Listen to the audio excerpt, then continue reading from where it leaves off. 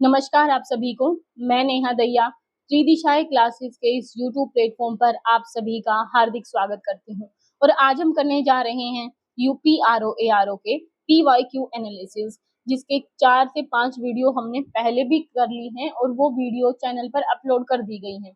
जिन लोगों ने वो पुरानी वीडियोस नहीं देखी हैं वो जाकर चैनल पर जरूर देखें। आज की सीरीज में हम पढ़ेंगे यूपीआरओ का जो मेन परीक्षा हुई थी 2021 में, उसका जीएस पेपर। तो चलिए शुरू करते हैं आज की अपनी क्लास। ये इसका सेकंड पार्ट है, एक पार्ट हम ऑलरेडी कर चुके हैं। तो हमारे क्वेश्चन है, अहमद नासिर अल रईसी who was elected president of the Interpol in November 2021 is from which of the following country?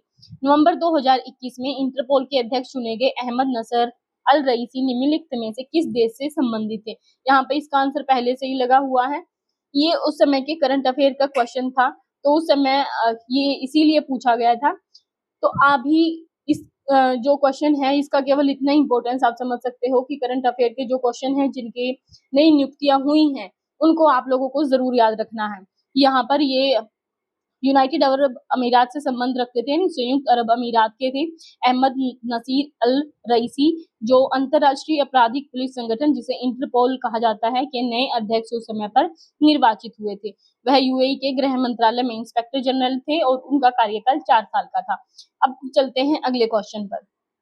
Which of the following crop is covered for price control under the price stabilization fund of the government of India? निम्नलिखित में से कौन सी फसल मूल्य नियंत्रण हेतु भारत सरकार के मूल्य स्थिरीकरण कोष के अंतर्गत संरक्षित है? यहाँ पर फसलें हैं गेहूं, आलू, चावल या इनमें से कोई भी नहीं। तो आपको बताना है कि कुछ फसलें जो हैं वो जिनका जो प्राइस होता है वो गवर्नमेंट कंट्रोल करने की कोशिश रखती है ताकि वो आम आदमी की पहुंच में हमेशा बनी रहे। तो यहाँ पर आप लोगों को बताना है कि कौन सा इसका सही आंसर होगा। तो आलू की फसल यहाँ पर सही आंसर होगा, क्योंकि आलू की फसल मूल्य नियंत्रण हेतु भारत सरकार के मूल्य स्थिरीकरण कोष के अंतर्गत संरक्षित है। 2014-15 की अगर हम बात करें तो 500 करोड़ रुपए के कोष के साथ ही मूल्य स्थिरीकरण निधि को मंजूरी प्रदान की गई थी। राज्य सरकार और जो केंद्र शासित प्रदेश हैं या फिर केंद्रीय एजेंसी हैं उनको ब्याज मुक्त ऋण प्रदान किया जाता है, जिससे वे अस्थिर वस्तुएं जैसे जो प्याज है, आलू, दाल, इन सभी पर मूल्य स्थापित कर सके ताकि वे आम आदमी की पहुंच में बनी रहे। 2014-15 की हम बात करें तो प्याज, आलू और दालों जैसी जो आवश्यक कृषि वस्तुएं थी उनकी लागत अस्थिरता को नियंत्रित करने के लिए कृषि सहकारिता और कृषि किसान कल्याण विभाग के तहत स्थिरीकरण कोष की स्थापना की गई थी 2014-15 में। ठीक है, इस तरह के सामान सीधे किसान संगठनों से फार्म गेट या फिर मंडी पर खरीदे जाएंगे और उपभोक्ताओं को अधिक किफायती या जो रीजनेबल जो प्राइस रहेंगे उन पर उपलब्ध कराए जाएंगे। इसीलिए इसकी स्थापना हुई थी 2014 से 15 में। बढ़ते हैं अगले क्वेश्चन की तरफ। With reference to commerce which following statements is या आर करेक्ट? वाणिज्य के संदर्भ में निम्नलिखित कथनों में कौन से कथन सही हैं, ये आपको बताना है। पहला है, it is the field of business that assist in the removal of all impediments to the facilitation of exchange. यह व्यवसाय का क्षेत्र है जो विनिमय की सुविधाओं के लिए सभी बाधाओं को दूर करने में सहायता करता है। तो ये सही बात है। जो कॉमर्स है यानी वाणिज्य जिसको हम कहते हैं, ये एक ऐसा व्यवसाय का क्षेत्र है जो विनिमय की सुविधा के लिए यानी व्यापार की सुविधा के लिए जो भी दिक्कतें होती हैं, जो भी बाधाएं हैं, उनको दूर करने में सहायता करता है। अगली स्टेटमेंट है, it deals with the factors of delivering the products to the consumers.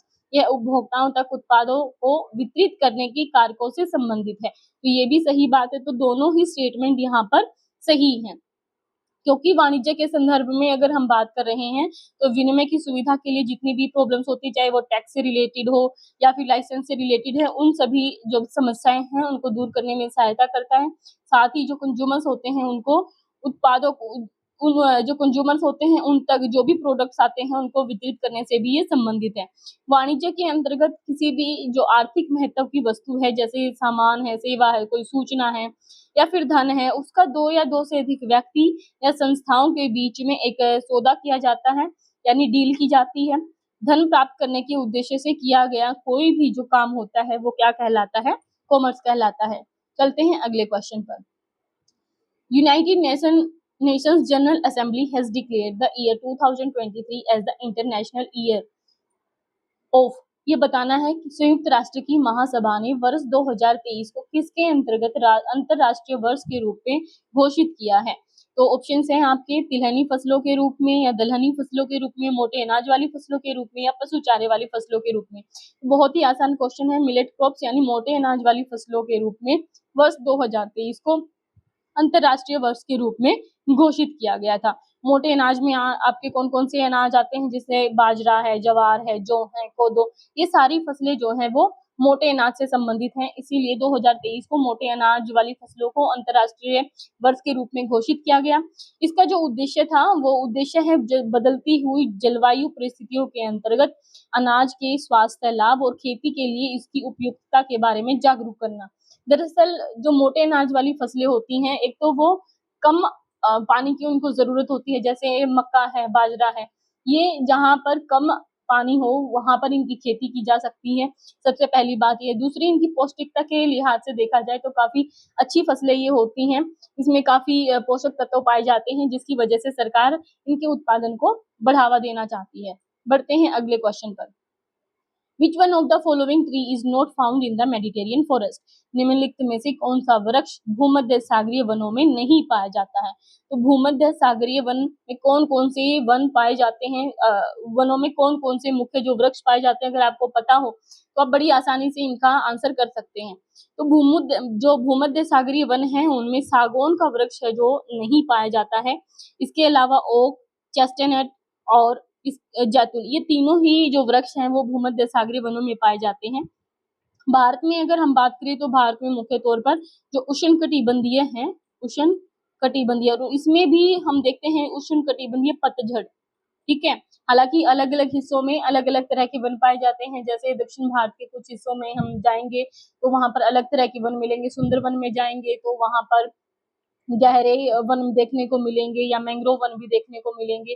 North east में हम जाते हैं तो सदाबहार वन भी देखने को मिलते हैं। राजस्थान के एरिया में हम जाएंगे तो कांटेदार झाड़ियां और पर्णपाती वन मिलते हैं। तो इस तरह से जब आप देखेंगे कि भारत के अलग अलग क्षेत्रों में अलग अलग वन पाए जाते हैं, लेकिन जिनकी अधिकायक हम बात करें तो वो उष्णकटिबंधीय पतझड़ वन पाए जाते हैं। और ये वन भारत के उन भागों में पाए जाते हैं जहां पर 100 से लेकर 200 सेंटीमीटर तक की वर्षा होती है। ये वन गर्मी के प्रारंभ में ही अपनी पत्तियां गिरा देते हैं, इसीलिए इन्हें पतझड़ या फिर मानसूनी वन भी कहते हैं। ये वृक्ष जो होते हैं वो ना तो ज्यादा लंबे होते हैं ना ही सघन होते हैं, और इन जो वृक्ष होते हैं उनमें मुख्य तौर पर साल, सांगवान, शीशम, चंदन, इन सभी के वृक्ष पाए जाते हैं। तो सागौन या सांगवान का जो वृक्ष है वो कैसा वृक्ष है? उष्णकटिबंधीय पतझड़ वनों में ये शामिल है। बढ़ते हैं अगले क्वेश्चन पर। Which one of the following mangrove areas is situated in the delta region of Godavari river? निम्नलिखित में से कौन सा मैंग्रोव क्षेत्र गोदावरी नदी के डेल्टा पर अवस्थित है? तो कुंडापुर, होन्नावर, मालपे, कोरिंगा, इनमें से बताना है आपको कौन सा मैंग्रोव क्षेत्र गोदावरी नदी के डेल्टा पर स्थित है। तो यहाँ पर जो आपका सही उत्तर होगा वो है कोरिंगा। कोरिंगा मैंग्रोव क्षेत्र गोदावरी नदी के डेल्टा पर है, और ये भारत में सुंदरवन के बाद में सेकेंड सबसे बड़ा जो मैंग्रोव क्षेत्र कहा जा सकता है। मैंग्रोव क्षेत्र या अनूपवन जिनको हम कहते हैं, ये ऐसे क्षेत्र होते हैं जो खारे पानी या फिर अर्ध खारे पानी में विकसित होते हैं। सामान्य तौर पर समुद्र के किनारे पर ये उगते हैं। इसमें जो सबसे मुख्य जो प्रजाति के वृक्ष हैं वो है राइजोफोरा, राइजोफेरा। ये राइजोफेरा प्रजाति के वृक्षों का विकास होता है। और भारत वन स्थिति रिपोर्ट के बारे में हम यहाँ पर थोड़ा डिस्कस आपको करके बता देते हैं कि 2019 की तुलना में मैंग्रोव आवरण में 2021 में उस समय पे लगभग 17 वर्ग किलोमीटर की वृद्धि देखी गई थी। बढ़ते हैं अगले क्वेश्चन पर। Which one of the following Ramsar wetland site is situated in any state of India? निम्नलिखित में से कौन सी रामसर आदर्श स्थल भूमि भारत के किसी राज्य में स्थित है? होकेरा, पॉइंट कैलीमर वन्य जीव और पक्षी अभ्यारण्य, सो मोरिरी झील और वुलर झील, इसमें से बताना है आपको कौन सी रामसर भूमि भारत में स्थित है। यहाँ पर भारत के जितनी भी दी गई हैं यहाँ पर ऑप्शंस, जो भारत के लुप्त प्राय और स्थानिक प्रजाति हैं, जहाँ जैसे ब्लैक बक, मर्ग, इसके संरक्षण के लिए 1967 में पॉइंट कैलीमर वन्यजीव पक्षी अभ्यारण्य बनाया गया था। और ये अभ्यारण्य कहाँ पर है? तमिलनाडु में है। तमिलनाडु में ही ये, इसे 2002 में रामसर भूमि घोषित किया गया था। आर्द्र भूमि में ग्रेट वेदारण्यम, दलदल, यूथुपेट, मैंग्रोव और पंचानदी कुल्लम आर्द्र भूमि का हिस्सा इसमें शामिल है। इससे पहले बंगाल की खाड़ी और दक्षिण में पाक जलडमरू मध्य से ये घिरा हुआ है। इसका कुल क्षेत्रफल 21.47 किलोमीटर भी है। तो पॉइंट कैलेमर तमिलनाडु में स्थित है, जिसे 2002 में रामसर आर्द्र भूमि में शामिल किया गया था और नागपट्टिनम जिले में ये स्थित है। बढ़ते हैं अगले क्वेश्चन पर। In the event of vacancy of the office of both president and vice president, who shall discharge the functions of president? यदि किसी समय राष्ट्रपति और उपराष्ट्रपति दोनों का पद रिक्त हो जाए, तब राष्ट्रपति का कार्य कौन करेगा? प्रधानमंत्री, लोकसभा अध्यक्ष, भारत का प्रधान न्यायाधीश या इनमें से कोई भी नहीं। तो जब कोई राष्ट्रपति या उपराष्ट्रपति दोनों का पद रिक्त होगा, तो उस समय पर भारत का जो प्रधान न्यायाधीश है यानी चीफ जस्टिस ऑफ इंडिया है, वो उस समय पर कार्यवाहक राष्ट्रपति के रूप में काम करेगा और उसके कर्तव्यों का निर्वहन करेगा। जब कोई व्यक्ति जैसे उपराष्ट्रपति है, भारत का मुख्य न्यायाधीश या उच्चतम न्यायालय का वरिष्ठतम न्यायाधीश कार्यवाहक राष्ट्रपति के रूप में काम करते हैं या उनके कर्तव्य को निभाते हैं, तो राष्ट्रपति की समस्त शक्तियां और उन्मुक्तियां उनको प्राप्त होती है और संसद के द्वारा निर्धारित सभी जो उपलब्धियां, भत्ते और विशेषाधिकार हैं, वो भी इनको मिलते हैं। बढ़ते हैं अगले क्वेश्चन पर। The first day of the year 2020 was Wednesday. What was the last day of the year 2021? वर्ष 2020 का प्रथम दिन बुधवार था। तो प्रथम 2020 कैसा ईयर है, सबसे पहले तो आपको पता होना चाहिए, जब कोई भी ईयर उसको हम 4 से डिवाइड करें और आपका आंसर 0 आए, तो वो कैसा वर्ष होता है, आपका लीप ईयर में काउंट होता है। तो इसको डिवाइड करेंगे हम तो 0 ही बचता है।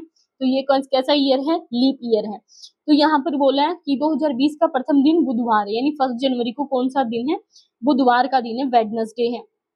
अब उस साल में कितने दिन होंगे, पहले आपको काउंट करना है कि 366 दिन है। अमूमन क्या होता है कि हर एक साल के बाद में अगर 365 का साल है तो एक दिन ऐड हो जाता है हमारा। जैसे अगर 1 जनवरी को बुधवार है तो इसके अगले साल क्या होता है, वीरवार यानी बृहस्पतिवार जिसको हम कहते हैं, वो होगा। लेकिन अगर 366 डे है तो इसमें एक दिन और आप ऐड कर दीजिए, तो वीरवार में एक और ऐड करेंगे तो आपका क्या आंसर होगा, शुक्रवार। तो आपका जो सही आंसर होगा वो होगा फ्राइडे। बढ़ते हैं अगले क्वेश्चन पर।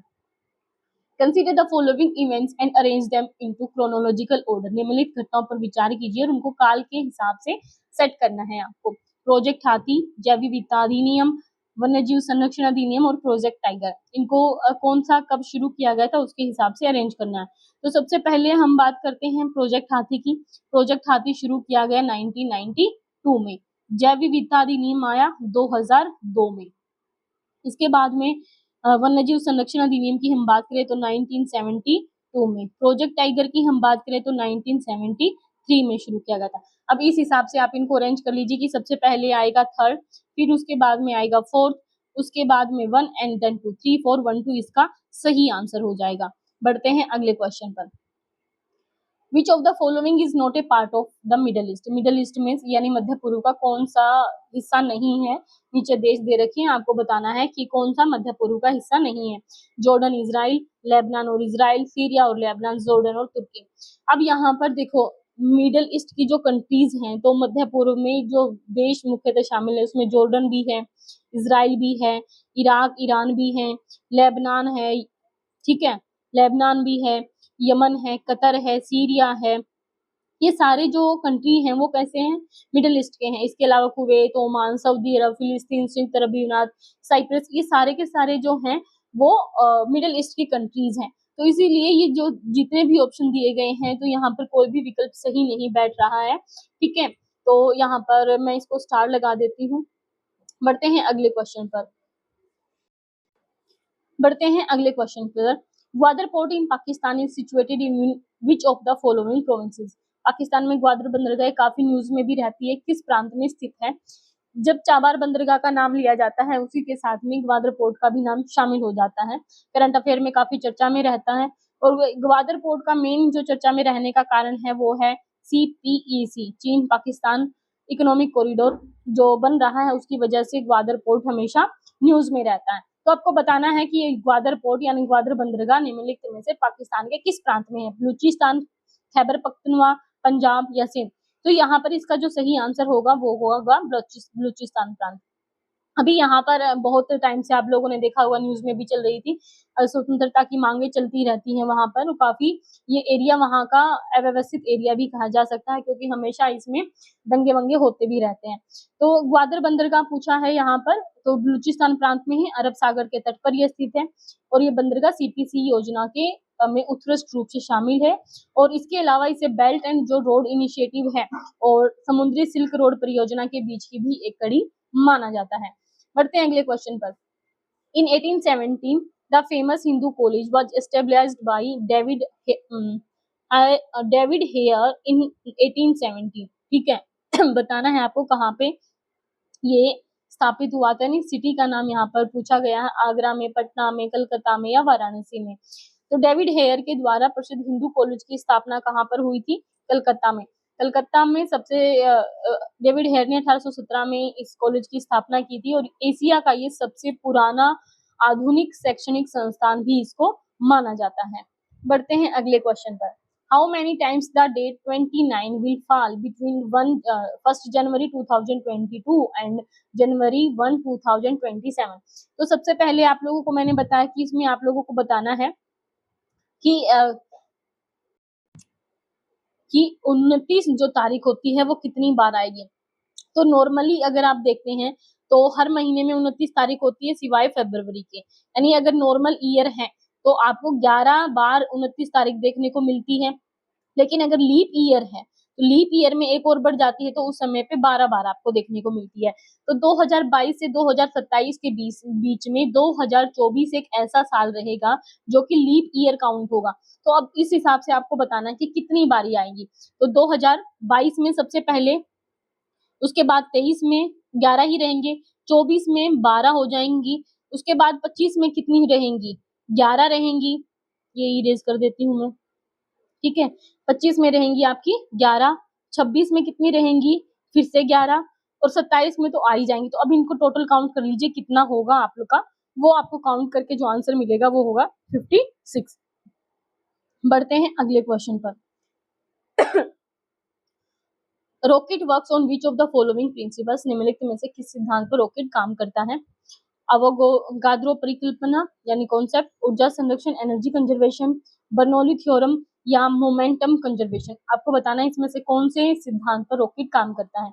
तो रॉकेट हमेशा मोमेंटम कंजर्वेशन पर काम करता है। न्यूटन के सेकंड नियम के साथ साथ न्यूटन का यहाँ पर थर्ड नियम का भी संयोजन होता है, और इसका महत्व परिणाम है कि मोमेंट संरक्षण का नियम, जब न्यूटन का सेकंड लॉ और उसके साथ ही न्यूटन का थर्ड लॉ जब लग जाता है तो वहां पर नियम होता है मोमेंट कंजर्वेशन का नियम। इस नियम के हिसाब से यदि एक या एक से अधिक वस्तुओं के जो कुल निकाय है उस पर कोई बाहरी फोर्स अगर नहीं लग रहा है तो उस निकाय का जो कुल मोमेंटम होता है वो हमेशा फिक्स रहता है, यानी नियत रहता है, संरक्षित रहता है। मोमेंट संरक्षण के जैसे अन्य एग्जाम्पल में बात करूं तो हवा से भरे गुब्बारे, बंदूक से निकली हुई गोली, ये सभी कैसे हैं? मोमेंट संरक्षण के नियम है। बढ़ते हैं अगले क्वेश्चन पर। यहाँ पर मैच करना है, एक तरफ में मोन्यूमेंट्स दिए गए हैं और दूसरी तरफ में निर्माता दिए गए हैं कि कौन सी जो स्मारक है या मोन्यूमेंट्स है उनका निर्माण किसने करवाया था। सबसे पहले अटाला देवी मस्जिद, देन छोटा सोना मस्जिद, कदम रसूल, अदीना मस्जिद, और इस तरफ में नुसरत शाह, इब्राहिम शाह शर्की, सिकंदर शाह, वली मोहम्मद पंडुआ। यहाँ पर मैच करना है। तो सबसे पहले हम अटाला देवी मस्जिद की बात करें तो इब्राहिम शाह शर्की ने इसकी स्थापना करवाई थी, ये है इसका आंसर। छोटा सोना मस्जिद जो बनी थी वो वली मोहम्मद आपका फोर्थ हो जाएगा। वली मोहम्मद के बाद में कदम रसूल, नुसरत शाह, और अदीना मस्जिद की जो स्थापना थी वो सिकंदर शाह ने करवाई थी। तो इस तरीके से इसका मैच होगा। यहाँ पर मैंने इनके कूट नहीं दिए हैं, केवल यहाँ पर मैच कर दिया है। आप एक बार इनको पढ़ लेना अच्छे तरीके से ताकि याद हो जाए। अटाला देवी मस्जिद की स्थापना की थी इब्राहिम शाह शर्की ने, छोटा सोना मस्जिद वली मोहम्मद, कदम रसूल की स्थापना नुसरत शाह, और अदीना मस्जिद जिसकी स्थापना सिकंदर शाह ने की थी। ठीक है, बढ़ते हैं अगले क्वेश्चन पर। Find out the alternative which will replace the question mark. यहाँ से बताना है कि इसका अल्टरनेट या ये जो क्वेश्चन है इसकी जगह पर क्या आएगा। वॉच को अगर 110 लिखा है और टाइम के बाद में क्वेश्चन मार्क लगा दिया है तो आपको बताना क्या होगा। तो ये वर्ड जो इंग्लिश में इनकी जो सीरीज है उनके हिसाब से लिखे गए हैं। जैसे W कौन से नंबर पर आता है 23 पे, A 1 पे आता है, T कितने नंबर पर आता है काउंट करोगे तो 20 नंबर पे आता है, C कितने पर आता है ABC 30 नंबर पर आता है, उसके बाद में है H कितने नंबर पर आता है 8 नंबर पे। अब इन सबको आप काउंट करोगे तो जोड़ आपका बनता है 110। अब बात कर लेते हैं टाइम की। तो T कितने नंबर पे आता है 20 पे, I प्लस 9 करना है, M कितने पे होता है 13 नंबर पे होता है, और E कितने पर होता है 5 पे, ABCDE। अब इनको जब टोटल करोगे आप तो टोटल करने के बाद में जो आंसर आएगा वो आपका आएगा 94।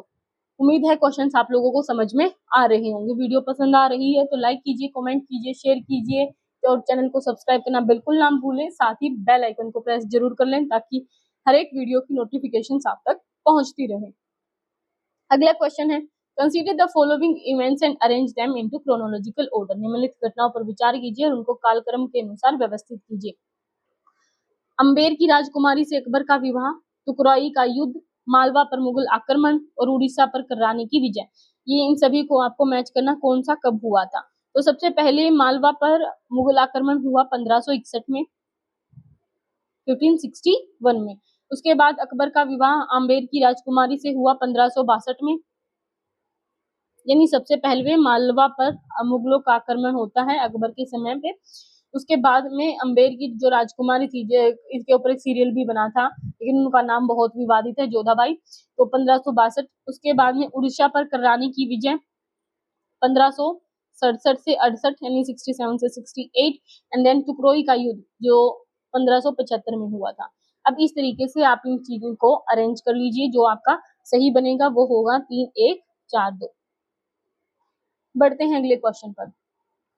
एस्पायरेशनल डिस्ट्रिक्ट प्रोग्राम ADP, जिसे आकांक्षी जिला प्रोग्राम भी कहते हैं, जो नीति आयोग ने शुरू किया है, आपको बताना है वो किस साल शुरू किया गया था। जनवरी 2016, जनवरी 2017, जनवरी 2018 या इनमें से कोई भी नहीं। तो नीति आयोग ने आकांक्षी जिला प्रोग्राम को जनवरी 2018 में शुरू किया था।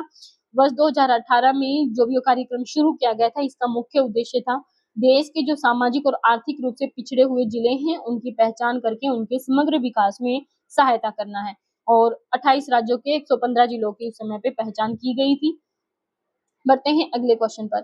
Bhutan conferred the order of drunk Gyalpo its highest civilian order to the prime minister of which one of the following country in December 2021। आपको बताना है कि इसका क्या आंसर होगा। ऐसा क्वेश्चन पूछा जाता है तो इसका जनरली आंसर होगा भारत को ही मिला है। तो किस देश के प्रधानमंत्री को भूटान ने अपना सर्वोच्च नागरिक सम्मान दिया था, order of the Duke Gyalpo, obviously Bharat का ही रहे हैं। बढ़ते हैं अगले क्वेश्चन पर। श्री नरेंद्र मोदी जी को ये मिला था उस समय पे 2021 में। As per Article 300 of the Constitution of India, the legal name of the Government of India is। Bharat के संविधान के अनुच्छेद 300 के अनुसार भारत की सरकार का कानूनी नाम क्या है, ये बताना है। The union government, the union of India, India और भारत। इसका जो सही आंसर है the union of India. Article 300 के अनुसार भारत की सरकार का कानूनी नाम है the union of India. Bharat क्या है, राज्यों का संघ है और संघ के नाम से वाद ला सकेगी और उसी पर वाद लाया जा सकेगा। इस संविधान के प्रारंभ पर यदि ऐसी विधिक कार्यवाही लंबित है जिनमें भारत डोमिनियन एक पक्षकार है तो उन कार्यवाहियों में उस डोमिनियन के स्थान पर भारत संघ प्रतिस्थापित किया हुआ समझा जाएगा, ऐसा आर्टिकल 300 कहता है। बढ़ते हैं अगले क्वेश्चन पर। Which of the following article is related to appointment of a finance commission by the president of India। निम्नलिखित में से कौन सा अनुच्छेद भारत के राष्ट्रपति के द्वारा वित्त आयोग की नियुक्ति से संबंधित है। आर्टिकल 200, आर्टिकल 250, आर्टिकल 280 या इनमें से कोई भी नहीं। तो बताना है आपको कौन सा होगा इसका सही आंसर। Tell me. आर्टिकल 280। भारतीय संविधान का अनुच्छेद 280 भारत के राष्ट्रपति के द्वारा वित्त आयोग की नियुक्ति से संबंधित है और वित्त आयोग एक संवैधानिक निकाय है जिसका गठन राष्ट्रपति के द्वारा हर 5वें साल आवश्यकता पर किया जाता है, उससे पहले भी किया जा सकता है। वित्त आयोग में एक अध्यक्ष होता है और 4 अन्य सदस्य भी होते हैं जिनकी नियुक्ति राष्ट्रपति के द्वारा और कार्यकाल भी राष्ट्रपति के आदेश के तहत ही तय होते हैं। अगला क्वेश्चन है, the parliament of India has the power to legislate for the following. Bharat की संसद को कानून निर्माण की शक्ति है और ये किससे प्राप्त होती है, भारत के संघ से, भारत का प्रदेश या उपप्रदेश यानी टेरिटरी ऑफ इंडिया से, Indian subjects residents and their property situated anywhere in the world, विश्व में कहीं भी रहने वाले भारतीय नागरिक और उनकी संपत्ति से। तो इसका सही आंसर क्या होगा ये आपको बताना है। तो इसके जो तीनों ही आंसर हैं वो सही होंगे 1, 2 एंड 3, क्योंकि भारत की संसद को कानून निर्माण करने की शक्ति कहाँ पर है, तो भारतीय संघ में है, यानी भारत के जितने भी प्रदेश हैं डोमिनियन है उन सभी के लिए कानून बना सकती है भारत की संसद। इसके अलावा संसद का जो प्राथमिक कार्य है वो देश संचालन के लिए कानून बनाना ही है, यानी विधियां बनाना है। उसके पास संघ सूची के विषय पर, अवशिष्ट विषयों पर विधि बनाने का विशिष्ट अधिकार है। और इस स्थिति में संसद की जो विधि है वो कहीं पर भी रहने वाला जो भारतीय नागरिक है या उनकी संपत्ति के लिए संसद कानून निर्माण कर सकती है। अगला क्वेश्चन है, which one of the following city was not among the top 3 cleanest city in more than 1 lakh population category इन स्वच्छ सर्वेक्षण। कौन सा शहर स्वच्छ सर्वेक्षण 2021 में 1 लाख से अधिक जनसंख्या श्रेणी में शीर्ष 3 जो सबसे स्वच्छ शहर थे उसमें शामिल नहीं था? इंदौर, सूरत, तिरुपति, विजयवाड़ा। इनमें से कौन सा सही आंसर होगा ये आपको बताना है। तो तिरुपति इसमें से शामिल नहीं था। 1 लाख से अधिक की जनसंख्या श्रेणी में जो 3 टॉप स्वच्छ शहर थे उसमें इंदौर सबसे पहले स्थान पर आता है, फिर सूरत सेकंड स्थान पर और उसके बाद विजयवाड़ा तीसरे स्थान पर शामिल था। बढ़ते हैं अगले क्वेश्चन पर। With reference to the lake Victoria in Africa which of the following statements are correct. Africa में विक्टोरिया झील के संदर्भ में कौन से कथन सही हैं ये आपको बताना है।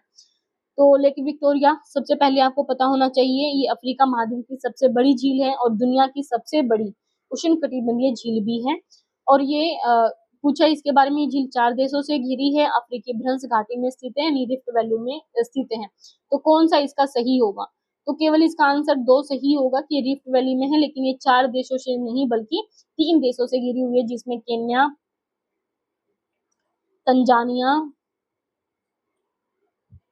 तंजानिया और युगांडा मुख्य तौर पर शामिल हैं। जबकि इसका जो प्रसार है क्षेत्र उसकी बात करें तो बुरुंडी और रवांडा के भी कुछ हिस्सों तक विस्तृत है। इसे डार्विन के ड्रीमा पॉन्ड के नाम से भी जाना जाता है और अफ्रीका में ये रिफ्ट घाटी में स्थित है। नील नदी इसी झील से निकलती है और यह झील यानी विक्टोरिया झील विश्व के मीठे पानी की दूसरी सबसे बड़ी झील है। पहली झील आपको कमेंट करके बताना है, फिर भी मैं बता देती हूँ सुपीरियर झील है। अब सुपीरियर झील कहाँ पर है ये जरूर आप कमेंट करके बता दें। अगला क्वेश्चन है, in a queue of boys Sohan is 9th from the back, Ramesh place is 8th from the front, Rohit is standing in the between and the two, what could be the minimum number of boys standing in the queue. लड़कों के एक पंक्ति में सोहन पीछे से 9वें स्थान पर है सोहन, और रमेश आगे से 8वें स्थान पर, रमेश 8वें स्थान पर है आगे से। रोहित उन दोनों के बीच में स्थित है और यहीं पर कहीं रोहित भी है। इस पंक्ति में खड़े लड़कों की न्यूनतम संख्या क्या हो सकती है ये आपको बतानी है। तो लड़कों की न्यूनतम संख्या कितनी हो सकती है, देखो ध्यान से, रमेश आगे से कितने नंबर पर है लड़कों के एक पंक्ति में, सोहन पीछे से 9वें स्थान पर है, पीछे से 9वें स्थान पर है।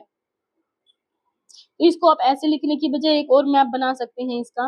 मान लिया सोहन यहाँ पे खड़ा हुआ है जो पीछे से 9वें स्थान पर है और रमेश यहाँ से आगे से 8वें स्थान पर है, ठीक है, और ये इसके बीच में कहीं पे खड़ा है। तो लड़कों की जो न्यूनतम संख्या मान लिया 9 पे ये है, एक इधर इसके आगे भी तो हो सकता है, तो 10 मैक्सिमम हो सकता है। इस तरीके से आप अंदाजा लगा सकते हो, ये होगा इसका सही आंसर।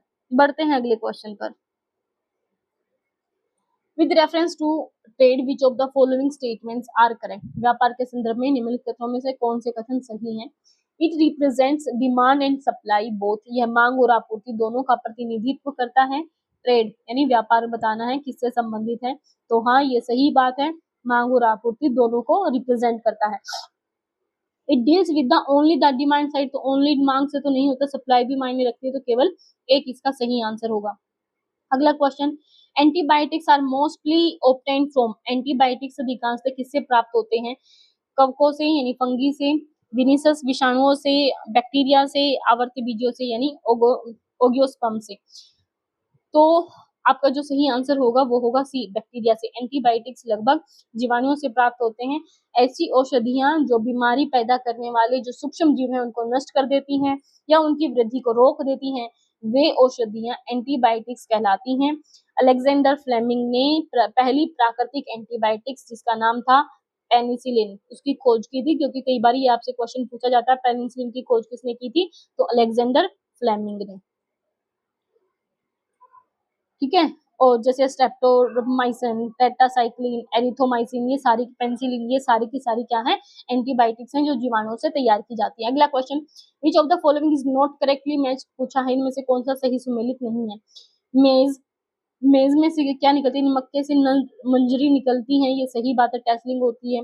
ग्राउंड नट, मूंगफली जो होती है वो खूंटी बनाती है, ये सही है। पैगिंग, चिकपी, काबुली चना, कीले निकालना, टिलरिंग, शीर्ष ये और तंबाकू। उसके बाद में देखो, जो काबुली चना होता है ना, उसमें से कीले नहीं निकलते हैं।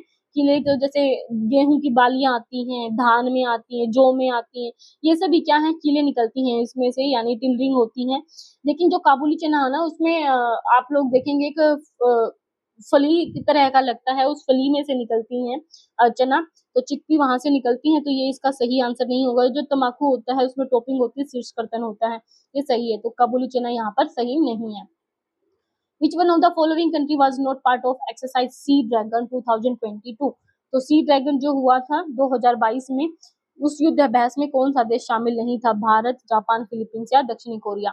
तो फिलीपींस इसमें से मुख्य तौर पर शामिल नहीं था, क्योंकि जो ड्रैगन है वो प्रशांत महासागर में होता है, और इसमें भारत, जापान, ऑस्ट्रेलिया, कनाडा, दक्षिणी कोरिया की कुल मिलाकर के 9 सेनाएं शामिल हुई थी, और फिलीपींस इसमें शामिल नहीं था। सी ड्रैगन की हम बात करें तो ये मुख्य तौर पर अमेरिका के नेतृत्व वाला एक बहुराष्ट्रीय अभ्यास है, जिसे हिंद प्रशांत क्षेत्र में, यानी हिंद इंडो पैसिफिक क्षेत्र में इसको शुरू किया जाता है। इंडो पैसिफिक सेक्टर में ये रहता है मुख्य तौर पर, जिसमें पारंपरिक और गैर पारंपरिक समुद्री सुरक्षा चुनौतियों के जवाब में एक साथ संचालित करने के लिए पनडुब्बी रोधी युद्ध रणनीति का अभ्यास और चर्चा करने के लिए डिजाइन किया गया, और ये हर साल होता है। इसमें बताना है कौन स्वाधीनता पूर्व भारत का राष्ट्रवादी कवि नहीं था। Who among the following was not a nationalist poet in pre-independent India? Ranglal, नवीन चंद्र सेन, हेमचंद्र बनर्जी या शिव कुमार बटालवी। तो शिव कुमार बटालवी जो हैं वो एक स्वाधीनता पूर्व राष्ट्रवादी कवि नहीं थे, बल्कि एक रोमांटिक कवि थे, और इनकी मुख्य रचनाओं में आरती, लाजवंती, लूना, अलविदा आदि आती हैं। बाकी रंगलाल, नवीन चंद्र सेन, हेमचंद्र बनर्जी राष्ट्रीय कवि थे। अगला क्वेश्चन है, अलास्का के संदर्भ में कौन सा कथन सही है, पूछा है। It is oil producing state of United states of America, यह है संयुक्त राज्य अमेरिका का एक तेल उत्पादक क्षेत्र है, तो हाँ ये सही बात है। It was purchase from Russians in 1967, इसे 1867 में रूसी साम्राज्य से खरीदा गया था, हाँ ये बिल्कुल सही बात है। और महज 7.2 मिलियन डॉलर करोड़ में इसको खरीदा गया था। अलास्का क्षेत्रफल के आधार पर अमेरिका का सबसे बड़ा ये तेल उत्पादक राज्य भी है, और यहाँ पर तेल उत्पादन, प्राकृतिक गैस और मछली पकड़ना मुख्य व्यवसाय के रूप में शामिल है, तो दोनों ही स्टेटमेंट आपकी सही हो जाएंगी। बढ़ते हैं अगले क्वेश्चन पर। Who among the following was appointed as the 10th chairman of the Indian Space Research Organization in January 2022? बताना है कौन इनमें से इसरो के 10वें अध्यक्ष के रूप में निर्वाचित हुए थे, तो ये सबको पता होगा, एस सोमनाथ उस समय पर थे। अगला question, stand up India scheme for promoting entrepreneurship is related to, उद्यमिता को बढ़ावा देने के लिए योजना स्टैंड अप इंडिया निम्नलिखित में से किससे संबंधित है? अल्पसंख्यकों से, ओबीसी से, दिव्यांग से, यानी हैंडीकैप लोगों से, या एससी एसटी और वीमेन से संबंधित है? तो ये 20 का सही आंसर होगा। स्टैंड अप योजना 2016 में शुरू की गई थी, और इसका उद्देश्य था उद्यमिता को बढ़ावा देना, और इसके अंतर्गत बैंक की प्रत्येक शाखा से कम एक जो एससी कैटेगरी की या फिर एसटी कैटेगरी की एक महिला उद्यमी के द्वारा ग्रीन फील्ड परियोजना को स्थापित करने के लिए ऋण सुविधाएं प्रदान की जाती हैं, और ये उद्यम विनिर्माण, सेवा या व्यापार से संबंधित हो सकते हैं। अगला question, which of the following countries from south Asia attended the summit for democracy hosted by the President of United States of America in December 2021? दिसंबर 2021 में संयुक्त राज्य अमेरिका के राष्ट्रपति के द्वारा आयोजित लोकतंत्र के शिखर सम्मेलन में दक्षिण एशिया के निम्नलिखित में से कौन से देश शामिल है? तो बताना है आपको, इंडिया, नेपाल, मालदीव, भारत, पाकिस्तान, नेपाल, भारत, श्रीलंका और मालदीव, या फिर भारत, भूटान, नेपाल। दिसंबर 2 संयुक्त राज्य अमेरिका के राष्ट्रपति के द्वारा आयोजित लोकतंत्र का एक शिखर सम्मेलन था, यानी जो डेमोक्रेसी के लिए कहते हैं, समिट फॉर डेमोक्रेसी, होस्ट किया था संयुक्त राज्य अमेरिका के, यानी यूएसए के द्वारा होस्ट किया गया था, और इसमें भारत, नेपाल, पाकिस्तान, मालदीव, ये चारों देश शामिल थे। तो भारत भी था, पाकिस्तान भी था, नेपाल भी था और मालदीव भी था। अब दो ऑप्शंस हो गए हैं यहाँ पे। हालांकि पाकिस्तान की तत्कालीन जो इमरान खान सरकार है उसने इसमें हिस्सा लेने से मना कर दिया था, तो इसलिए यहाँ से ये हो गया कट। और इस सम्मेलन का उद्देश्य था लोकतंत्र को नवीनीकृत करना, निरंकुशता का सामना करना। ठीक है, बढ़ते हैं अगले क्वेश्चन पर। If MET, SET, TET are coded as 52, 76 and 80 respectively, then what will be the code for TET? तो मैट वही पिछला फॉर्मूला यहाँ पर लगाना है। M 13 नंबर पे, E 5 नंबर पे है, T कितने नंबर 20 नंबर पे है। अब इनको जोड़ो, 13 पंजे कितना, 13 और 5 जोड़ो, सबसे पहले कितना बनता है 52 बनाना है ना हमें। 13 और 5 18, 13 5 18 मल्टीप्लाई 4 हम करेंगे 18 चौक 72 और उसमें से हम माइनस कर देते हैं 22, तो कितना आएगा हमारा 52। सिमिलरली अब सेट पे भी अप्लाई करके देखते हैं। एसईटी कितना हो जाएगा, ये है 19, ये है 5 और वो वही 20, तो 19 प्लस 5 करो। सबसे पहले 19 और 5 जोड़ा हमने और 5 14, 24 हो गया। 19 प्लस 5 किया कितना हो गया, और 5 14 24, 24 इंटू में पहले 4 करना, 24 चौक 96 और 96 में से फिर 20 घटाएंगे तो 76 बनेगा। यानी यही वाला रूल यहाँ पर लग रहा है। तो पैट के लिए पूछ रहे हैं कौन सा होगा, तो पी यहाँ पर सबसे पहले आपको देखना कि पी का नंबर कितना है। जल्दी जल्दी इरेज कर लेते हैं। हाँ, पी का नंबर कितना है, पी का नंबर है 16, ई का नंबर कितना है 5 और उसके बाद टी का नंबर कितना है 20। तो पहले 16 प्लस 5 जोड़ा 21, 21 को 4 से मल्टीप्लाई किया कितना 21 चौक 84 होता है 84, और उसमें से फिर ये 20 घटाना है, यानी इनको जोड़ना है और जो मल्टीप्लीकेशन है उसको एक बार 4 से गुना करना है, फिर माइनस करना है। -20 किया हमने तो 64 आना चाहिए, तो 64 हो गया आपका ये आंसर। बढ़ते हैं अगले क्वेश्चन पर। Which among the following was the first successfully cloned animal? कौन सा प्रथम सफल क्लोन जानवर है? कुत्ता, खरगोश, गिब्बन या भेड़, कौन सा है? तो सबसे पहले भेड़ के क्लोन बनाया गया था 1996 में। स्तनपाई कौन सा था? भेड़ था जिसका नाम था डोली। डोली नाम की भेड़ का सबसे पहले क्लोन बनाया गया था 1996 में। बढ़ते हैं अगले क्वेश्चन पर। What was the disinvestment target for public sector banks and financial institution in the Union Budget 2020-21?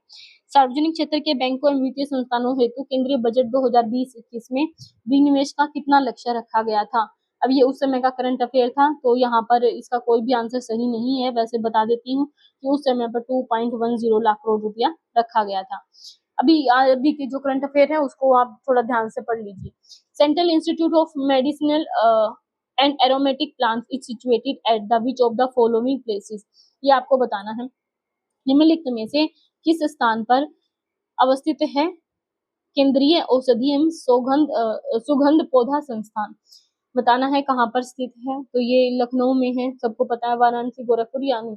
तो केंद्रीय औषधि एवं सुगंध संस्थान कहाँ पर है? लखनऊ में स्थित है। इसका नाम है CIMAP इसको कहा जाता है। यह औषधि एवं सुगंधित पौधों के क्षेत्र में शोध, विकास और प्रचार प्रसार का काम करता है। यह वैज्ञानिक एवं औद्योगिक अनुसंधान परिषद यानी CSIR जिसको हम कहते हैं, उसकी एक अग्रणी पादप अनुसंधान प्रयोगशाला है। इसके 4 अन्य जो केंद्र है जिसमें बेंगलुरु, हैदराबाद, पंतनगर और पुराने यानी जो बागेश्वर में स्थित है। अगला क्वेश्चन है with reference to Indonesia which of the following statements are correct? Indonesia के संदर्भ में बतानी है कौन सी स्टेटमेंट सही है। इसमें 15,000 से अधिक द्वीप शामिल हैं, तो ये बिल्कुल सही बात है। और सेकंड स्टेटमेंट इसमें 150 से अधिक सक्रिय ज्वालामुखी है, तो इसमें ये गलत बात है, 150 नहीं है, लगभग 100 ज्वालामुखी यानी एक्टिव वोल्केनोज वहां पर हैं, तो केवल एक सही हो जाएगा, दूसरी स्टेटमेंट गलत हो जाएगी। जावा द्वीप पर सक्रिय ज्वालामुखी है जिसका नाम है माउंट कैलूट और माउंट मेरापी, और ये एक बात है, लेकिन इसमें कहा गया है कि 150 से अधिक, तो यहाँ पर ये थोड़ा सा ज्यादा हो जाता है, 100 प्लस यहाँ पर है। इंडोनेशिया जो है वो मुख्य तौर पर साउथ ईस्ट एशियन कंट्री है और ओशनिया वाले पार्ट में स्थित है, जिसकी राजधानी अभी हाल फिलहाल में जकार्ता से नूसंतारा स्थापित की जा रही है, और ये दुनिया का चौथी सबसे अधिक आबादी वाला और विश्व में सबसे ज्यादा मुस्लिम आबादी वाला भी एक देश है। बढ़ते हैं अगले क्वेश्चन पर। As per the 4th edition of state health index, state health index किसके द्वारा जारी किया गया? नीति आयोग के द्वारा दिसंबर 2021 में। बताना है आपको which one of the following state performed best among the smaller states category, इनमें से कौन सा बेस्ट स्टेट रहा? गोवा, मिजोरम, मणिपुर, सिक्किम। तो मिजोरम उस समय पर बेस्ट कैटेगरी में आया था, छोटे राज्यों की श्रेणी में, जिसने सर्वश्रेष्ठ प्रदर्शन किया था, जबकि बड़े राज्यों में केरल और तमिलनाडु ने सबसे अच्छा प्रदर्शन किया था। अगला क्वेश्चन है turmeric is an example of underground stem known as, हल्दी भूमिगत तने का एक उदाहरण है जिसे हम क्या कहते हैं? बल्ब, कॉम, ट्यूबर या फिर राइजोम। तो जो राइजोम्स होते हैं, ठीक है, जो जमीन के अंदर उगते हैं, तो हल्दी के जो राइजोम है ना, प्रकंद को भोजन में प्रयोग किया जाता है। एक प्रकार का एक भूमिगत तना है जिसका प्राकृतिक एंटीबायोटिक या फिर एंटीसेप्टिक के रूप में भी हम प्रयोग करते हैं, जैसे कटने पर, सूजन में या दर्द में भी हम हल्दी वाला दूध पीते हैं, ठीक है। तो हल्दी एक कैसा है? राइजोम टाइप का पौधा है, भूमिगत तने का एक उदाहरण है, जिसका जो वानस्पतिक नाम है वो कर्कुमा लोंगा है। What is the cholesterol among the following? Cholesterol निम्नलिखित में से क्या? स्टेरॉइड है, विटामिन है, या एंजाइम है, या फिर कीटनाशक है? बताना है क्या है। तो फैट कोलेस्ट्रॉल क्या है? बेसिकली ये एक स्टेरॉइड है, ठीक है। शरीर को सुचारू रूप से चलाने के लिए लीवर के द्वारा उत्पन्न किया जाता है और एक मोम जैसा चिकना पदार्थ होता है जो ब्लड प्लाज्मा के द्वारा शरीर के अलग अलग हिस्सों में पहुंचता है। कोलेस्ट्रॉल एक अच्छे स्वास्थ्य के लिए काफी महत्वपूर्ण होता है और मानव शरीर को हार्मोन्स जैसे विटामिन डी या खाद्य पदार्थ को पचाने में भी ये काफी मदद करने वाले पदार्थों को बनाने के लिए कुछ कोलेस्ट्रॉल की आवश्यकता अवश्य होती है। तो कोलेस्ट्रॉल क्या है? एक स्टेरॉइड है। With reference to national parks and wildlife sanctuaries in India, which of the following statements are correct? ये आपको बतानी है। राष्ट्रीय उद्यानों की सबसे ज्यादा संख्या एमपी में है, क्या ये सही है? तो हाँ, ये सही बात है। कुल यहाँ पर देखा जाए तो मध्य प्रदेश में 12 नेशनल पार्क हैं। Highest number of wild life sanctuaries are in the Andaman and Nicobar island, वन्यजीव अभ्यारण्यों की सबसे अधिक संख्या अंडमान और निकोबार द्वीप समूह में है। तो यहाँ पर बात कर रही हैं highest number of wild life centuries, और यहाँ पर है नेशनल पार्क्स की। तो नेशनल पार्क सबसे ज्यादा एमपी में है और वाइल्ड लाइफ सेंचुरी सबसे ज्यादा अंडमान और निकोबार में है। अगर यहाँ पर कुल बात की जाए तो 96 वाइल्ड लाइफ सेंचुरी वन्यजीव अभ्यारण्य है। तो दोनों ही स्टेटमेंट बिल्कुल सही है, सी आपका सही आंसर हो जाएगा। बढ़ते हैं अगले क्वेश्चन पर। Which of the following two states are the leading producers of bauxite in India as per the annual report of the ministry of mines? 2021 की जो खान मंत्रालय की वार्षिक रिपोर्ट है उसके अनुसार निम्नलिखित में से कौन से दो राज्य भारत में बॉक्साइट के प्रमुख उत्पादक हैं? उड़ीसा, आंध्र प्रदेश, छत्तीसगढ़ और गुजरात। ये आपको बताने हैं। तो इसका जो सही आंसर होगा, तो प्रमुख उत्पादकों में सबसे पहला तो एक तो आपका होता है उड़ीसा और दूसरा है गुजरात, जो कि बॉक्साइट के प्रमुख उत्पादक हैं। उड़ीसा का कालाहांडी और कोरापुट जिला बॉक्साइट का सबसे ज्यादा मतलब उत्पादक क्षेत्र माना जाता है। बॉक्साइट एल्यूमिनियम का एक ऑक्साइड होता है और ये सफेद, गुलाबी अथवा लाल रंग का हो सकता है। अगला क्वेश्चन है हमारा 106, to reduce the interest payment on the electricity sector which of scheme has been launched by the government of India?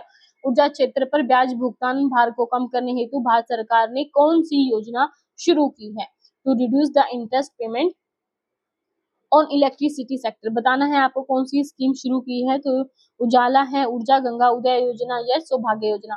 तो उदय योजना ऊर्जा क्षेत्र पर ब्याज भुगतान का भार कम करने के लिए सरकार ने शुरू की है, जिसे उज्ज्वल डिस्कॉम एश्योरेंस योजना भी कहा जाता है। उदय योजना उज्ज्वल डिस्कॉम एश्योरेंस स्कीम के नाम से इसको जाना जाता है, जिसकी शुरुआत हुई थी 2015 में और इसका लक्ष्य था देश की विद्युत वितरण कंपनियों की वित्तीय स्थिति में सुधार करना, उनका पुनरुद्धार करना और उनकी समस्याओं का स्थायी समाधान सुनिश्चित करना था। यहाँ पर एक टेबल दी गई है। मिसिंग नंबर आपको बताना है क्या होगा। 346, 8x14 और 18, 20, 24। इसमें से बताना है मिसिंग नंबर क्या है। तो पहली स्टेटमेंट पे आप देखो 3 into 2 + 2 हम करके देखते हैं तो क्या होगा। 3 दूनी 6 और 6 और 2 8 बनता है। 3 दूनी 6, 6 और 2 8, फिर 8 में 10 जोड़ा हमने, कितना बन गया? 18 बन गया। इसके बाद में हम 6 दूनी 12, 6 into 2 किया + 2 कर दिया, कितना बन गया? 14 और 14 में फिर हमने यहाँ पर 10 जोड़ दिया तो बन गया 24। इसी तरीके से इसको भी करना है। तो 4 into 2 किया, 4 दूनी 8, उसमें 2 जोड़ा हमने, 8 और 2 10, और 10 में फिर 10 जोड़ेंगे तो 20। यहाँ पर जो स्टेटमेंट आएगी, जो आंसर होगा वो होगा 10। बढ़ते हैं अगले क्वेश्चन पर। पॉलिथीन बनाने में निम्नलिखित में से किस गैस का उपयोग किया जाता है? एथिलीन, कार्बन डाइऑक्साइड, नाइट्रोजन या कार्बन मोनोऑक्साइड। तो एथिलीन का प्रयोग किया जाता है पॉलिथीन बनाने में, जिसका फॉर्मूला होता है C2H4। इसको उच्च ताप पर और उच्च दाब पर पोलराइजेशन किया जाता है, बहुलकीकरण किया जाता है, उसके द्वारा इसे प्राप्त किया जाता है, जिसका उपयोग आप सब जानते हैं पैकिंग करने में या तार बनाने में किया जा रहा है। मैच लिस्ट 1 सेकंड यहाँ पर करनी है आपको। एक तरफ में मिनिमम क्वालिफिकेशन दे रखी है और दूसरी तरफ में पोस्ट दी गई है, तो आपको बताना है किस पोस्ट के लिए क्या अर्हता रहती है। 21 प्रेसिडेंट, यहाँ पर सबसे पहले 21 प्रेसिडेंट ऑफ इंडिया। बी 25 ईयर दे रखा है इधर पंचायत सदस्य, यानी एक तरफ में ईयर दे रखी है, यानी कितने साल का आदमी की क्वालिफिकेशन किस पद के लिए है ये आप बता सकते हैं। तो भारत के राष्ट्रपति के लिए आपको पता होगा कि 35 ईयर कम से कम मांगी जाती है, तो डी हो गया। उसके बाद में पंचायत सदस्य के लिए जो मांगी जाती है वो 21 ईयर मांगी जाती है, तो ए हो गया। इसके बाद इसको मैं यहाँ से इरेज कर देती हूँ ताकि आप लोगों को सही से समझ आ सके। उसके बाद में member of state legislative assembly यानी राज्य विधान परिषद के लिए 30 साल होती है, और मेंबर ऑफ स्टेट लेजिस्लेटिव यहाँ पर राज्य विधानसभा के लिए बात की जाए तो विधानसभा की 25 वर्ष होती है। मैंने गलत लगा दिया, एक सेकेंड, प्रेसिडेंट 35, राज्य विधानसभा की जब बात करेंगे तो 25, और राज्य विधान परिषद यानी स्टेट लेजिस्लेटिव की जब हम बात करेंगे काउंसिल की तो 30 ईयर्स होगी। ठीक है, ये बात आपको ध्यान रखनी है। राज्य विधान परिषद की जब हम बात करेंगे तो 30 ईयर्स, और विधानसभा की हम बात करेंगे तो 25 ईयर मिनिमम एज रहती है। With reference to the Galapagos द्वीप समूह यानी island situated in the Pacific ocean, उसके बारे में बताना कौन से स्टेटमेंट सही है। तो इसकी उत्पत्ति ज्वालामुखी गतिविधि के द्वारा हुई है, यानी वोल्केनिक एक्टिविटीज के द्वारा ये बना है। एंड सेकंड है दक्षिणी अमेरिकी राष्ट्र पेरू का हिस्सा है। तो पहली तो स्टेटमेंट बिल्कुल सही है कि गैलापागोस द्वीप समूह प्रशांत महासागर में भूमध्य रेखा के आसपास जो फैले हुए छोटे छोटे ज्वालामुखी द्वीप है उनका एक हिस्सा है, और यह द्वीप समूह इक्वाडोर का भी हिस्सा है। ठीक है, पेरू का नहीं, किसका हिस्सा है? इक्वाडोर का। ठीक है, और दक्षिणी अमेरिका महाद्वीप से लगभग 1000 किलोमीटर की दूरी पर स्थित है। 1978 में गैलापागोस द्वीप समूह को यूनेस्को के द्वारा वर्ल्ड हेरिटेज में शामिल किया गया था। तो केवल एक स्टेटमेंट सही है, दूसरी गलत हो जाएगी। बढ़ते हैं अगली क्वेश्चन पर। India is the largest producer of which of the following fruits in the world as per the annual report of department of agriculture cooperation and farmers welfare. Bharat सरकार के कृषि सहयोग एवं किसान कल्याण विभाग की वार्षिक रिपोर्ट 2020-21 के अनुसार भारत विश्व में किन फलों का सबसे बड़ा उत्पादक है? अंगूर का, संतरे का, आम का, पपीते का। बताना है किस किस का है। तो भारत सबसे ज्यादा, एक तो आम सबसे ज्यादा उत्पादन होता है यहाँ पर, और दूसरा है पपाया। 2020-21 की जो रिपोर्ट आई है उसमें भारत विश्व में आम और पपीते का सबसे बड़ा उत्पादक देश है, और पूरे विश्व का लगभग 41% जो मैंगोज होते हैं वो भारत उत्पादित करता है, और इसके अलावा चीन और थाईलैंड जो सेकंड और थर्ड नंबर पर आते हैं। पपीते के उत्पादन में भी भारत शीर्ष पर है, और भारत और ब्राजील मिलकर के कुल जो पपाया है उसका 50% प्रोडक्शन यहीं से होता है। बढ़ते हैं अगले क्वेश्चन पर। With reference to the statue of Nataraj, the Lord of Dance, which of the following statements are correct? Nataraj नृत्य के भगवान की मूर्ति के संदर्भ में कौन से कथन सही हैं? The image represents dancing Shiva having 4 hands. यह मूर्ति नृत्य करते हुए 4 हाथों वाले शिव का प्रतिनिधित्व करती है। अगला, in his right ear he wears a man's earring, a woman's in the left. तो बतानी है क्या सही है। अपने दाएं कान में तो पुरुष का कुंडल पहनते हैं और लेफ्ट में महिला का, तो ये बिल्कुल सही बात है। और जो मूर्ति होती है वो नटराज मुद्रा में 4 हाथ दिखाए गए हैं शंकर भगवान जी के नटराज मुद्रा, और ये चोल कालीन है। ठीक है, यानी चोल पीरियड की है ये। और इसमें नटराज मुद्रा में नृत्य करते हुए भगवान शिव की मूर्ति सबसे महत्वपूर्ण धार्मिक मूर्तियों में से एक है, जो 4 हाथ वाले शिव का प्रतिनिधित्व करती है, जो अपने दाएं कान में एक पुरुष का कुंडल पहने हैं और बाएं में एक महिला का या नर और मादा का जो सलियन है उनका प्रतिनिधित्व करता है। इसीलिए अक्सर इसे अर्धनारीश्वर की मूर्ति भी या अर्धनारीश्वर रूप में भी माना जाता है। तो सी इसका सही आंसर होगा। अगला क्वेश्चन है, 44 into this term and 83 into this term and 5 into 48 is this term, then 14 into 45 will be equal to क्या होगा। यहाँ पर एक स्टेटमेंट दी गई है कि 14 into 75 इज इक्वल टू कह रही है, ये यहाँ पर एक टर्म है, यहाँ पर ये गलत प्रिंट हुआ है, ठीक है, वो है 7454, 7454 इसको ऐसे लिखा गया है। सिमिलरली इसको भी यहाँ पे आप ऐसे कर लीजिए, यहाँ पर ये ऐसे 83 इंटू, मैं लिख दे रही हूँ 83 इंटू 74, इंग्लिश में गलत है लेकिन हिंदी में सही लिखा गया है, तो आप यहाँ से देख लीजिए। तो यहाँ पर भी 7348 है। तो आप लोग देख रहे हैं कि जो स्टेटमेंट का टाइप है वो इस तरीके से लिखा गया है। अगर मैं ए बी और सी डी की टर्म में इसको लिखना चाहूँ तो ए बी और सी डी की मल्टीप्लीकेशन जब हुई तो पहले सी लिखा गया, फिर बी लिखा गया, C B D A, C B D A. तो यहाँ पर क्वेश्चन की स्टेटमेंट में पूछ रहा है कि 14 इंटू 45 क्या होगा। तो सबसे पहले आपको लिखना है 4, ये वाला 4, देन ये वाला 4, फिर 5 और फिर उसके बाद में आएगा 1। तो आपका जो आंसर होगा सी, ये सही आंसर हो जाएगा। अगला question 115 number, as part is related to whole, यानी जो भाग है वो संपूर्णता से संबंधित है, उसी प्रकार जो आर्क लगाते हैं हम वो किससे संबंधित होगी। तो आपको पता है आर्क किसकी होती है, परिधि होती है। अगर इसको पूरा कर दोगे, ये आर्क है, पूरा करोगे तो परिधि बन जाएगी, नहीं सर्कमफ्रेंस बन जाती है। सी इसका सही आंसर होगा। Uttar Pradesh council of agriculture research is located at which of the following place. Uttar Pradesh कृषि अनुसंधान परिषद कहाँ पर स्थित है? लखनऊ, मेरठ, गोरखपुर या इनमें से कोई नहीं। तो लखनऊ में स्थित है उत्तर प्रदेश कृषि अनुसंधान परिषद, जिसकी स्थापना हुई थी जुलाई 1989 में। उत्तर प्रदेश में भारतीय गन्ना अनुसंधान संस्थान की भी स्थापना की गई थी, जो कि लखनऊ में ही थी 1952 में। इससे पहले जो वीडियो थी उसमें हम ये कर चुके हैं। अगला question, with reference to the Rhine river in Europe which of the following statements are correct. Europe में जो राइन नदी बहती है उसके बारे में बताने कौन से कथन सही है। राइन river is an important pathway of industrial activity in northern Germany. ये उत्तरी जर्मनी की औद्योगिक गतिविधियों के लिए एक महत्वपूर्ण नदी है। तो ये बिल्कुल सही है, क्योंकि जर्मनी का जो रूर प्रदेश है वो उत्तर जर्मनी में ही शामिल क्षेत्र है, इसीलिए वहां पर राइन नदी काफी महत्वपूर्ण है। राइन नदी आल्प्स पर्वत से निकलकर जो नॉर्दर्न सी है, उत्तरी सागर, उसके मुहाने पर स्थित रोटरडम बंदरगाह, वहां तक लगभग 1300 किलोमीटर तक बहती है और रोटरडम बंदरगाह राइन नदी का सबसे मुख्य बंदरगाह माना भी जाता है। तो दोनों इसके सही स्टेटमेंट होंगे। अगला क्वेश्चन है, with reference to India international trade fair 2021 में जो अंतरराष्ट्रीय व्यापार मेला लगा था दिल्ली में, उसमें से बताना है कौन सा इसका कथन सही है। यहाँ पर बात हो रही है, क्या ये दिल्ली वाले की हो रही है या किसी और की बात हो रही है, इसको ध्यान से देखना एक बार क्वेश्चन को, ठीक है। तो it was organised in November 2021 at Jaipur, Rajasthan में हुआ था ये। तो ये बिल्कुल गलत है, जो दिल्ली में मैंने बता ही दिया पहले ही, प्रगति मैदान में लगता है। इसका मुख्य विषय था आत्मनिर्भर भारत, ये बिल्कुल सही बात है। तो केवल 2 स्टेटमेंट इसकी सही होगी, पहली स्टेटमेंट गलत हो जाएगी। बढ़ते हैं अगले क्वेश्चन की तरफ में। When was India's first national action plan on climate change released? Bharat का प्रथम जलवायु परिवर्तन पर राष्ट्रीय कार्य योजना को कब लागू किया गया था? 2012, 8, 15 या 2000?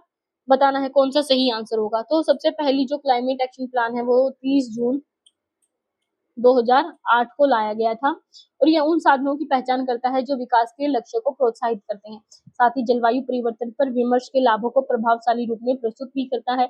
नेशनल एक्शन जो प्लान है, राष्ट्रीय कार्य योजना के रूप में 8 राष्ट्रीय मिशन मुख्य तौर पर शामिल किए गए थे, जिसमें राष्ट्रीय सौर मिशन, जल मिशन, हरित भारत हेतु राष्ट्रीय मिशन, सतत कृषि हेतु राष्ट्रीय मिशन, इस तरह से 8 जो मुख्य थे वो इसमें शामिल थे। 2008 में ये योजना लागू की गई थी। और यह है last question, which one of the following is not correctly matched. बताना कौन सा सही नहीं मैच हुआ है। बटेश्वर आगरा में है, देवा शरीफ जौनपुर में, संकीसा फर्रुखाबाद या बिटूर कानपुर। बताना है कौन सा सही सुमेलित नहीं है। तो देवा शरीफ जो है वो बाराबंकी में है, जौनपुर में नहीं है, ठीक है। कहाँ पर है ये? बाराबंकी। बाकी बटेश्वर आगरा में है, ये सही है। संकीसा फर्रुखाबाद बिल्कुल सही है, और बिटूर कानपुर, ये बाकी तीनों सही हैं, लेकिन देवा शरीफ जो है वो बाराबंकी में है। तो ये थी आज की क्लास, उम्मीद है आप लोगों को पसंद आई होगी। वीडियो कैसी लगी है कमेंट करके जरूर बताएं, और चैनल को सब्सक्राइब करना बिल्कुल ना भूलें। पढ़ते रहिए, आगे बढ़ते रहिए, और वीडियो को जितना हो सके अपने दोस्तों तक शेयर कीजिए ताकि वो भी इस चीज का फायदा उठा सकें। मिलते हैं अगली क्लास में, तब तक पढ़ते रहिए, आगे बढ़ते रहिए। धन्यवाद।